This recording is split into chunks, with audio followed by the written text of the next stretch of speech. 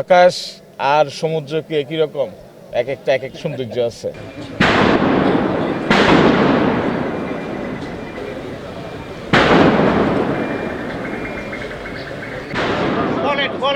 প্রজন্মের জন্য এটা অত্যন্ত আনন্দদায়ক যে আমরা আশা করি মুক্ত বাতাসে আমরা কথা বলতে পারবো, লিখতে পারবো, আমাদের মনের আমাদের অধিকারের আদায় করতে পারবো। সামনে আগামী ফেব্রুয়ারি মাসে জাতীয় নির্বাচন, সেই নির্বাচনে বাংলাদেশের প্রতিটি মানুষ যাকে খুশি তাকে ভোট দিতে পারবে, তাদের যোগ্য জনপ্রতিনিধি নিয়োগ করতে পারবে, পার্লামেন্ট হবে, সেই পার্লামেন্ট জবাবদিহি করবে এবং দেশের উন্নয়নের সমৃদ্ধির জন্য কাজ করবে। আজকে দীর্ঘদিন পর 15-16 বছর পর আমরা মুক্ত বাতাসে খোলা আকাশে মুক্তভাবে আমরা এই বিজয় দিবসের বিধিতে এসে ফুল দিতে পারতেছি, এটা আমাদের আনন্দ।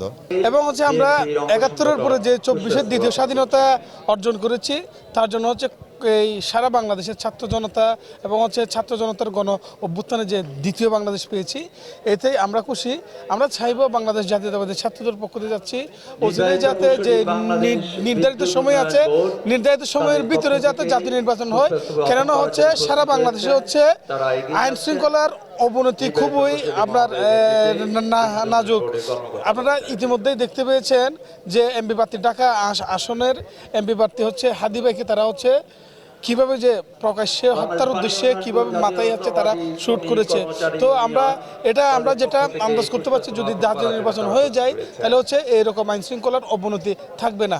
অবশ্যই স্বাধীনতার পক্ষে, স্বাধীনতার সার্বভৌমত্ব রক্ষা করার জন্য আমাদের সবাইকে ঐক্যবদ্ধ থাকতে হবে এবং একটি উদার গণতান্ত্রিক চর্চা করতে হবে, উদার গণতান্ত্রিক রাষ্ট্র বিনির্মাণ করতে হবে। আমি এটা তো হামলা নির্বাচনে এখন যে 15-17 বছর পর একটা নির্বাচন হচ্ছে, সুষ্ঠু নির্বাচন হচ্ছে, একটু তো ব্যত্যয় থাকবেই, কিন্তু আমরা আশা করি যে এটা ঠিক হয়ে যাবে এবং সব মিলিয়ে আমরা নির্বাচন ইনশাল্লাহ ভালো মতোই নির্বাচন হবে জানাবো এবং আমার জন্য দোয়া করতে বলবো এবং বাংলাদেশে যাতে একটা উদার গণতান্ত্রিক রাষ্ট্র বিনির্মাণ হয়, গণতান্ত্রিক পদ্ধতিতে মানুষের ভোটের অধিকার যাতে প্রতিষ্ঠিত হয়, সেই বার্তাই দিতে চাই। আর যা শান্ত থাকে, যাতে নিরাপদ থাকে দেশটা, সেটাই দিতে চাই। আকাশ আর সমুদ্র কি একই রকম? এক একটা এক এক সৌন্দর্য আছে। এই পথ চলা হয়তো কিছুটা বিচ্যুতির পথে ছিলাম, তাই 2024 আমাদের আর বিচ্যুত হওয়ার সুযোগ নেই। এটাই কথা। পর্যটক চাই আমরা সাস্টেনেবল এবং রিজনেবল ট্যুরিজম গঠন করার ক্ষেত্রে অবশ্যই যেন হয়রানিমুক্ত একটা ট্যুরিজম গঠন করা যায় এবং কেউ যেন এখানে কোনো ধরনের দুষ্কৃতিকারীরা যেন আমাদের পর্যটনকে হয়রানি না করে। এবং এই আলোকে এবং পর্যটকদের জন্য আমাদেরকে পুরো নিরাপত্তা ব্যবস্থাকে শক্ত করা হয়েছে এবং পর্যটকদের কোনো ধরনের হয়রানি দুষ্টামি বরদাস্ত করা হবে না এবং পর্যটকরা যেন সুন্দরভাবে এবং শান্তিপূর্ণভাবে এখানে যেন ওনাদের ভ্রমণ নিশ্চিত করতে পারে, সেই জায়গাতে টুরিস্ট পুলিশ শক্ত অবস্থানে থাকে। আমরা কক্সবাজার জেলায় 1971 সালে শহীদদের শ্রদ্ধা নিবেদন করে সকল দপ্তর সংস্থার পক্ষ হতে আমরা শ্রদ্ধা নিবেদন করেছি। বিজয়ের এই মুহূর্তে আমি কক্সবাজারবাসীর উদ্দেশ্যে বিজয়ের শুভেচ্ছা জ্ঞাপন করছি।